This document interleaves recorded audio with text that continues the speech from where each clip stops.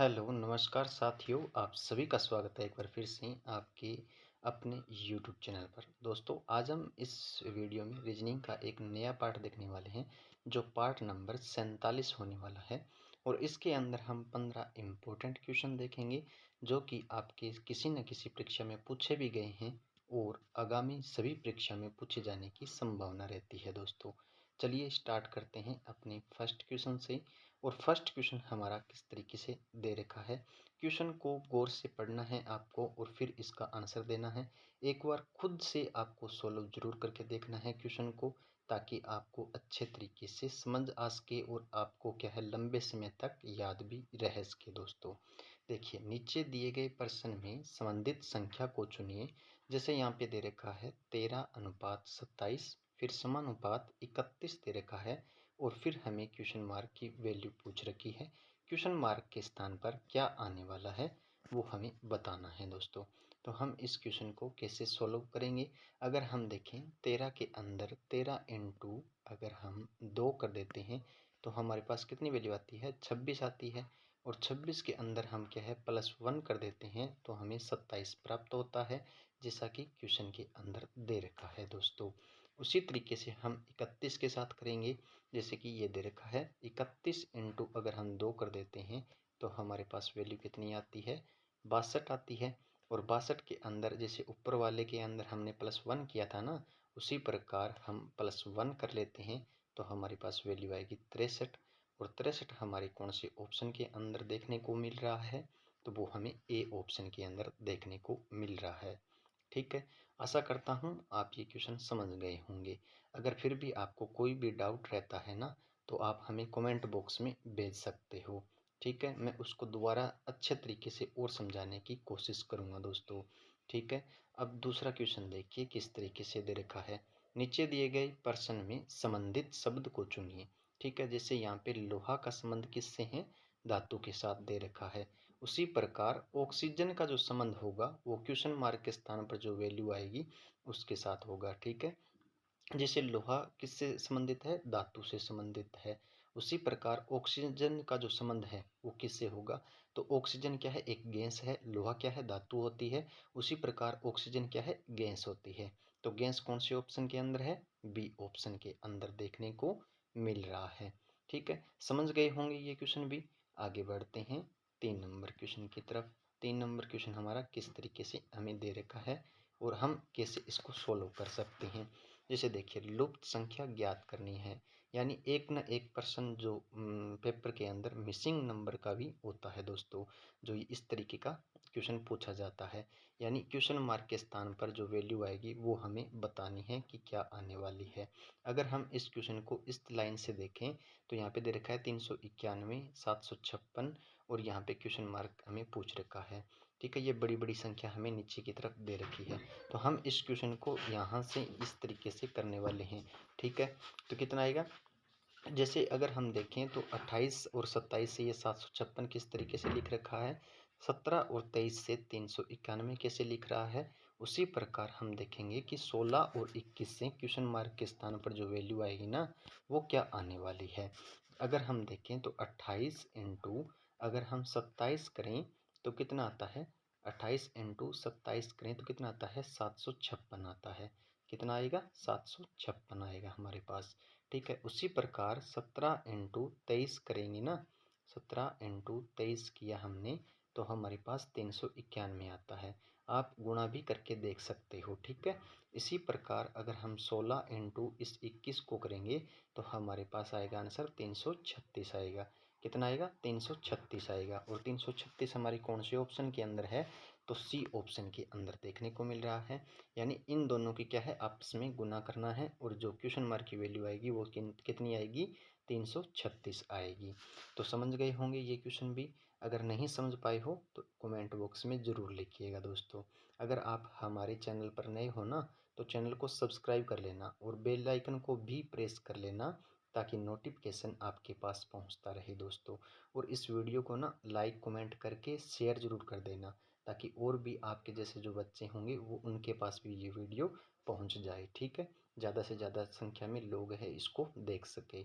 आगे बढ़ते हैं 4 नंबर क्वेश्चन की तरफ।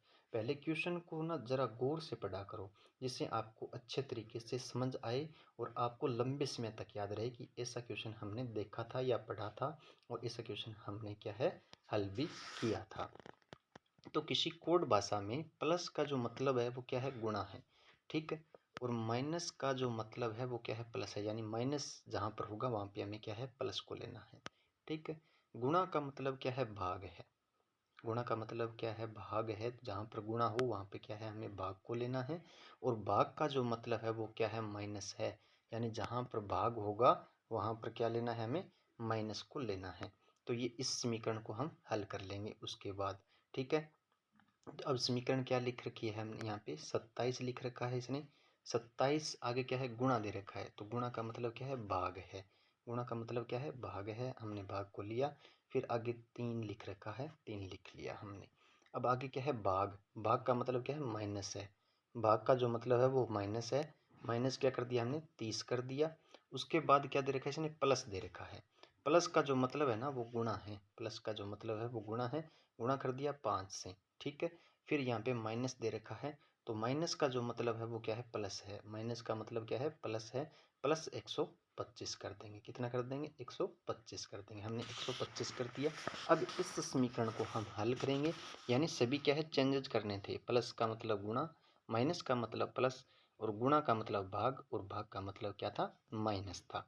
अब अगर हम इसको गुणा करें, यहाँ से भाग करें, 27 में 3 का भाग दिया तो 9 आ गया हमारे पास। और इसको इससे गुणा कर दिया, 30 इंटू 5 किया तो क्या आएगा, 150 आएगा ना, 150 आ गया, ठीक है। 50 प्लस 125 आ गया। कितना आ गया, प्लस 125 आ गया। अब ये 9 तो प्लस का है और 125 भी प्लस का है, तो टोटल कितने हो गए, 134 हो गए। 134, ये माइनस क्या है, 150 है। माइनस क्या है, 150 है। तो हमारे पास कितनी वैल्यू आई, -16। -16 आई। तो -16 हमारी कौन से ऑप्शन के अंदर है दोस्तों, तो वो हमारे डी ऑप्शन के अंदर है। तो आशा करता हूँ ये क्वेश्चन भी आपको अच्छे तरीके से समझ में आया होगा। आगे नेक्स्ट क्वेश्चन की ओर चलते हैं, 5 नंबर क्वेश्चन की तरफ। 5 नंबर क्वेश्चन हमें किस तरीके से दे रखा है, देखिए कि नीचे दिए गए निम्नलिखित शब्दों का सही क्रम बताना है। जैसे 1 नंबर में क्या है, घुटने के बल चलना, 2 नंबर में है बैठना, 3 नंबर में है दौड़ना, और 4 नंबर में है खड़े होना, और 5 नंबर में क्या है, चलना है। यानी इन सभी को क्या है, एक सही क्रम में लगाना है, जिससे अच्छे तरीके से क्या है, हम एक सीरीज को बना पाएँ, ठीक है। एकदम सही क्रम होना चाहिए। ये अलग अलग दे रखा है, जैसे दौड़ना यहाँ पे 3 नंबर पे पहले दे दिया। फिर क्या है, घुटने के बल चलना, ये हमें 1 नंबर पे दे रखा है, ठीक है। तो ये मतलब एक सही क्रम में नहीं है, अलग अलग क्रम में है। तो इनको क्या है, एक सुनियोजित क्रम में लगाना है, ठीक है। अगर हम देखें तो घुटने के बल चलना 1 नंबर क्या है, सबसे पहले आ जाएगा, ठीक है। फिर क्या है, 2 नंबर क्या आएगा, 2 नंबर आएगा। बैठना आएगा, और बैठने के बाद क्या है, खड़े होना 4 नंबर आएगा। खड़े होना क्या है, 4 नंबर आएगा। और खड़े होने के बाद क्या है, चलना 5 नंबर आएगा। और 5 नंबर के बाद क्या आएगा, 3 नंबर। यानी इस तरीके से ये सुनियोजित होगा, 1 2 4 5 3, 1 2 4 5 3। ये कौन से ऑप्शन के अंदर है, तो ये हमारे सी ऑप्शन के अंदर देखने को मिल रहा है दोस्तों, ठीक है। तो आशा करता हूँ ये क्वेश्चन भी आपको अच्छे तरीके से समझ में आया होगा। आगे बढ़ते हैं 6 नंबर क्वेश्चन की तरफ। 6 नंबर क्वेश्चन हमें किस तरीके से दे रखा है, हमें क्या दे रखा है कि दिए गए प्रश्न आकृति में विषम आकृति को पहचान करें। यानी इस आकृति में चारों ऑप्शनों के अंदर क्या है, एक विषम आकृति है, और इस विषम आकृति की हमें पहचान करनी है, और वही हमारी क्या है, उत्तर हो जाएगा, ठीक है। अगर हम देखें यहाँ पे तो एक खंड है, दूसरा खंड, तीसरा खंड, ठीक है। 3 खंड दे रखे हैं यहाँ पे, 1 2 3, और इसके अंदर 4 खंड दे रखे हैं। इसी प्रकार 1 2 3 और 4 खंड इसके अंदर सी के अंदर दे रखे हैं। डी के अंदर देखें तो 1 2 3 और 4 खंड दे रखे हैं। यानी इन तीनों ऑप्शनों के अंदर क्या है, 4 खंड दे रखे हैं, लेकिन ए ऑप्शन के अंदर 3 खंड दे रखे हैं। तो यही विषम आकृति हमारी हो जाएगी दोस्तों, ठीक है। आगे बढ़ते हैं 7 नंबर क्वेश्चन की तरफ। 7 नंबर क्वेश्चन हमें किस तरीके से दे रखा है कि नीचे दिए गए श्रृंखला को पूरा करें, यानी श्रृंखला सीरीज से रिलेटेड क्वेश्चन है दोस्तों। तो ध्यान से इस क्वेश्चन को करना है। जैसे 2, 3, 7, 16, 32 और आगे हमें क्वेश्चन मार्क की वैल्यू पूछ रखी है कि क्वेश्चन मार्क के स्थान पर क्या आने वाला है वो हमें बताना है। तो हम इस क्वेश्चन को कैसे करेंगे, जैसे 2 लिखा, फिर इसने 3 लिखा, फिर इसने 7 लिखा और फिर क्या लिखा, इसने 16 लिखा, 16 के बाद इसने 32 लिखा और 32 के बाद इसने क्वेश्चन मार्क की वैल्यू रखी। अगर हम इनका गैप देखें, जैसे 2 से 3 लिखा तो +1 कर दिया, ठीक है। 3 से इसने 7 लिखा तो फिर इसने +4 कर दिया, और 4 से 16 लिखा तो प्लस क्या कर दिया, इसने 9 कर दिया।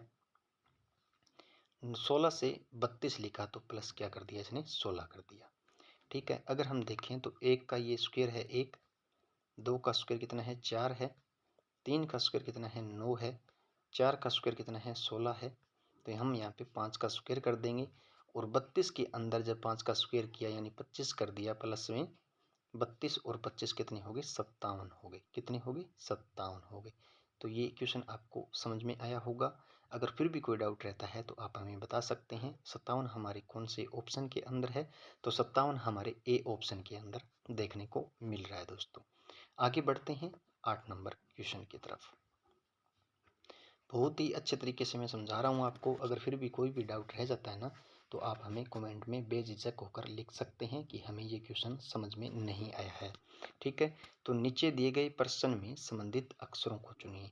जैसे हमें दे रखा है यहाँ पे ए और बी दे रखा है, और यहाँ पे जेड और हवाई दे रखा है, ठीक है। फिर यहाँ पे सी और डी दे रखा है, और हमें क्वेश्चन मार्क की वैल्यू पूछ रखी है।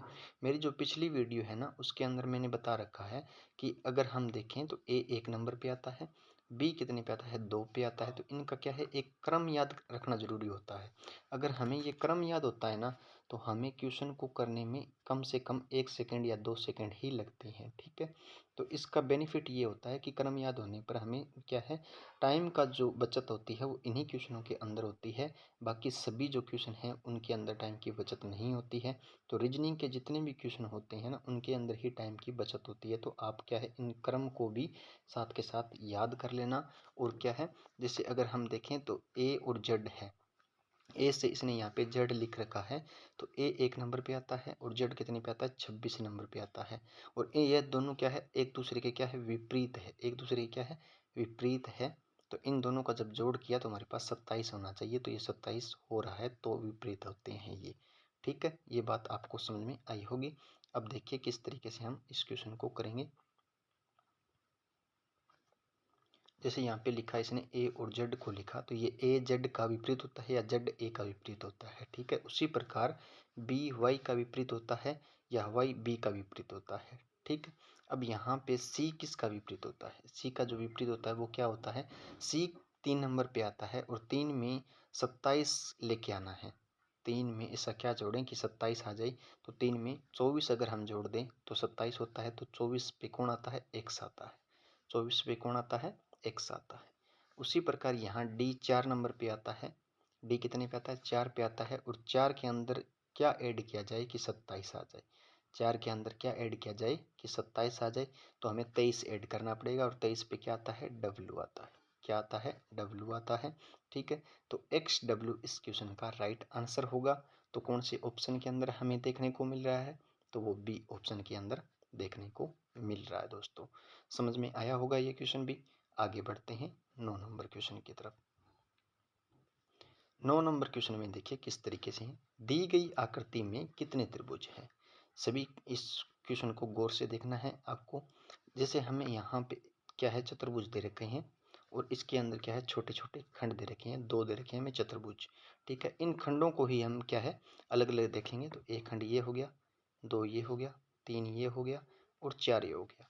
अब इन चारों को क्या है इंटू 2 करेंगे। इंटू 2 इसलिए किया जाता है कि इसके अंदर जैसे 2 और 3 को मिलाया तो एक त्रिभुज बन रहा है, 1 और 4 को मिलाया तो फिर एक त्रिभुज बन रहा है, और 1 और 2 को मिलाया तो भी एक त्रिभुज और बन रहा है, और 4 और 3 को मिलाया तो फिर एक त्रिभुज और बन रहा है। इसलिए क्या है, 4 खंडों को अलग अलग काउंट किया पहले, और फिर इंटू 2 कर दिया, तो क्या है 8 हो गए, ठीक है। इसी तरीके से ये नीचे वाले 1, 2, 3 और 4, अब इन चारों को क्या है इंटू 2 करेंगे तो हमारे पास क्या है 8 और हो जाएंगे, और 8 और 8 कितने हो गए 16 टोटल हो गए। 16 कितने हो गए टोटल हो गए ना। इसी प्रकार हम देखेंगे तो ये 17 हो गया और ये क्या है 18 हो गया। अब इसमें और भी त्रिभुज बन रहे हैं। 18 हो गया, एक ये देखिए यहाँ से यहाँ तक 19, यहाँ से यहाँ तक 20, टोटल कितने हो गए 20 हो गए। और 20 के बाद अगर हम देखें तो एक यहाँ से यहाँ तक 21 और एक 21 और एक यहाँ से यहाँ तक 22 हो गए। टोटल कितने हो गए इसके अंदर 22 त्रिभुज बनते हैं, जो कि बी ऑप्शन के अंदर हमें देखने को मिल रहा है दोस्तों। ठीक है, आगे बढ़ते हैं 10 नंबर क्वेश्चन की तरफ। 10 नंबर क्वेश्चन हमें किस तरीके से दे रखा है, हमें एक दर्पण आकृति दे रखी है। क्या दे रखी है, नीचे दिए गए प्रश्न में आकृति का दर्पण प्रतिबिंब ज्ञात कीजिए। दर्पण प्रतिबिंब ये रहा हमारा, ए और बी क्या है दर्पण प्रतिबिंब है। ठीक है, तो हमें क्या करना है, पहले एक इस तरीके से एक आकृति बनेगी, जो ये बीच वाली जो आकृति है ना वो तो इसी तरीके से रहने वाली है, वो तो क्या है इसी तरीके से रहने वाली है। लेकिन ये जो सर्कल दे रखा है इस तरफ, जो ये सर्कल दे रखा है वो इस तरीके से बनेगा, वो इस तरीके से इस तरफ हो जाएगा, और क्या है इस तरीके की हमें एक आकृति दिखाई देगी दर्पण प्रतिबिंब के अंदर। तो ऐसी आकृति हमें सी ऑप्शन के अंदर ही देखने को मिल रही है। तो सी ऑप्शन इस क्वेश्चन का राइट आंसर हो जाएगा दोस्तों। समझ गए होंगे सारे। ठीक है, आगे बढ़ते हैं 11 नंबर क्वेश्चन की तरफ। 11 नंबर क्वेश्चन में हमें क्या दे रखा है, नीचे दिए गए प्रश्न में विषम संख्या को चुनिए। हमें एक विषम संख्या को चुनना है, किस तरीके से देखेंगे। जैसे अगर हम देखें तो 1600, 2500, 3600 और 4000 दे रखा है, हमें पता नहीं चल रहा कि विषम संख्या कौन सी है। लेकिन अगर हम देखें तो 1600 है ना, वो क्या है 40 का स्क्वायर होता है। किसका स्क्वायर होता है 40 का स्क्वायर होता है। 25 जो है वो 50 का स्क्वायर होता है। किसका स्क्वायर होता है 50 का स्क्वायर होता है। और 36 जो है वो 60 का स्क्वायर होता है। लेकिन जो ये 4000 है ना, ये किसी का स्क्वायर नहीं होता है, तो यही विषम संख्या हो जाएगी। क्या हो जाएगी, यही विषम संख्या हो जाएगी 4000। डी ऑप्शन इस क्वेश्चन का राइट आंसर हो जाएगा दोस्तों। आगे बढ़ते हैं 12 नंबर क्वेश्चन की तरफ। 12 नंबर क्वेश्चन में हमें क्या दे रखा है, नीचे दिए गए प्रश्न आकृति को कौन सा उत्तर आकृति पूरा करेगा। जैसे हमें ये आकृति दे रखी है एक नंबर वाली जो आकृति दे रखी है उसके अंदर देखिए जो ये बिंदु दे रखे हैं दो, यहाँ पर ये बिंदु क्या है, दूसरी जो आकृति है इसके अंदर यहाँ पर 180 डिग्री घूम गए। कहाँ पर घूम गए 180 डिग्री घूम गए ना। अब यहाँ पे जो 3 नंबर आकृति दे रखी है यानी सी आकृति दे रखी है, इसके अंदर ऊपर है, तो यहाँ पे जो आकृति बनेगी वो आगे वाली जो आकृति बनेगी वो इस तरीके से बनेगी। ठीक है, यहाँ पे एक ये गोल चक्कर बन जाएगा, और इस गोल चक्कर के द्वारा यहाँ पे इस तरीके से ये आकृति बनेगी, और आकृति इस तरीके की होने वाली है।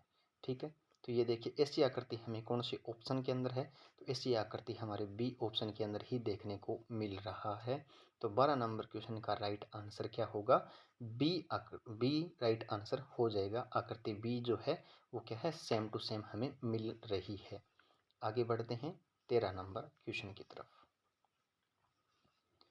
13 नंबर क्वेश्चन, नीचे दिए गए प्रश्न अक्षर श्रृंखला को पूरा करें। एक तो आएगा श्रृंखला को पूरा करें और एक आएगा अक्षर श्रृंखला को पूरा करें। ये दोनों क्या है अलग अलग बातें हैं, दोनों क्या है अलग अलग चीज़ें हैं। ठीक है, तो यहाँ पे दे रखा है हमें ए फिर डैश फिर बी डबल ए फिर डैश फिर बी डबल ए फिर डैश और फिर बी ए दे रखा है। अगर हम इसका खंड बना लें, जैसे हम पहले अक्षरों को गिन लेते हैं 1 2 3 4 5 6 7 8 9 10 11 12 अक्षर है। 12 अक्षर है तो हम चार चार का क्या है खंड बना लेंगे। जैसे यहाँ पे देखिए 1 2 3 ये 4 हो गया, यहाँ तक कितने हैं 4 अक्षर हो गए, ए तक कितने हो गए 4 अक्षर हो गए। फिर 1 2 3 ये यहाँ पे 4 अक्षर हो गए और यहाँ पे भी 4 अक्षर हो गए। ये क्या है अलग अलग खंड बन गए। ठीक है, अब इन खंडों के अंदर ही हमें क्या कुछ ना कुछ ऐसा भरना है जो क्या है सभी के अंदर सेम होना चाहिए। ठीक है, अगर हम यहाँ पे ए डबल बी ए हो जाए, जैसे ए यहाँ पे हमने बी भरा, ये जो खालिस्तान है यहाँ पे, और फिर ये बी ए है, ये हमारा क्या है एक खंड बन गया। फिर यहाँ पे ऊपर देखिए ए है, फिर ये जो खालिस्तान है ना यहाँ पे भी हमने क्या है बी भर दिया, और फिर क्या है ये बी हो गया और ये ए हो गया, ये एक अलग खंड बन गया ना, ये चार अक्षरों का क्या है अलग खंड बन गया। फिर यहाँ पे देखिए ये ए दे रखा है और ये जो डैश दे रखा है यहाँ पे भी हमने क्या है बी को भर दिया, और फिर क्या है बी और ए है लास्ट के अंदर, ये एक अलग खंड बन गया। यानी ये 4-4 अक्षरों का क्या है, अलग अलग खंड बन गए हैं। ठीक है। और जो मैंने यहाँ पे नीचे की ओर जो डैश कर रखा है वहाँ पर हमने क्या क्या भरा है, पहले के अंदर बी भरा है, दूसरे के अंदर भी बी और तीसरे के अंदर भी क्या है, बी को भरा है।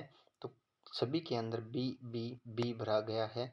तो कौन से ऑप्शन के अंदर हमें बी बी बी देखने को मिल रहा है, तो हमारा बी ऑप्शन के अंदर ही हमें क्या है, तीनों बी प्राप्त हो रहे हैं। तो इस क्वेश्चन का राइट आंसर क्या हो जाएगा, बी ऑप्शन होगा दोस्तों।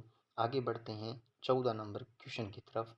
किस तरीके से हमें 14 नंबर क्वेश्चन दे रखा है और कैसे हम इस क्वेश्चन को सोल्व करेंगे। नीचे दिए गए प्रश्न आकृति में संबंधित आकृति को चुनिए, चयन करना है। जैसे हमें ये आकृति 1 नंबर दे रखी है और दूसरी आकृति है वो क्या है, इसका दर्पण प्रतिबिंब है। क्या है, इसका दर्पण प्रतिबिंब है। उसी प्रकार हमें ये सी आकृति दे रखी है और क्वेश्चन मार्क के स्थान पर हमें पूछ रखा है कि कैसा आएगा, यानी जो आकृति बनेगी वो कैसी बनेगी। तो हमारी जो आकृति बनेगी वो किस तरीके से बनेगी, वो इस तरीके से बनने वाली है। किस तरीके से बनने वाली, इस तरीके से बनने वाली है। और ऐसा हमें कौन से ऑप्शन के अंदर देखने को मिल रहा है, तो ऐसा हमें बी ऑप्शन के अंदर ही देखने को मिल रहा है। तो 14 नंबर क्वेश्चन का राइट आंसर क्या हो जाएगा दोस्तों, बी ऑप्शन होगा। कुछ नहीं करना, सिर्फ इसने क्या किया, दर्पण प्रतिबिंब किया हुआ है। इस आकृति को इस तरीके से कर दिया और इस आकृति को इस तरीके से कर दिया। ठीक है। ये जो आकृति है इसको क्या है, जब हम दर्पण प्रतिबिंब यहाँ पे रखेंगे, यहाँ पे दर्पण प्रतिबिंब रखेंगे, तो जो ये आकृति है वो क्या है, यहाँ पे पास में आएगी और इस तरीके से आकृति बनने वाली है। ठीक है। कुछ नहीं किया इसने, दर्पण प्रतिबिंब रखा हुआ है। आगे बढ़ते हैं 15 नंबर क्वेश्चन की तरफ। 15 नंबर जो क्वेश्चन है वो क्या है, आपको कमेंट बॉक्स में बताना है कि इस क्वेश्चन का राइट आंसर क्या होगा। ठीक है। अगर आपको ये 15 क्वेश्चन अच्छे तरीके से समझ में आए हैं तो आप वीडियो को लाइक कमेंट शेयर ज़रूर करिएगा और हमारे चैनल को सब्सक्राइब ज़रूर करिएगा और बेल आइकन को प्रेस कर लेना, ताकि जब भी हम वीडियो अपलोड करें तो आपके पास नोटिफिकेशन पहुंच जाए। दोस्तों मिलते हैं नेक्स्ट वीडियो में, तब तक के लिए जय हिंद, जय भारत, धन्यवाद।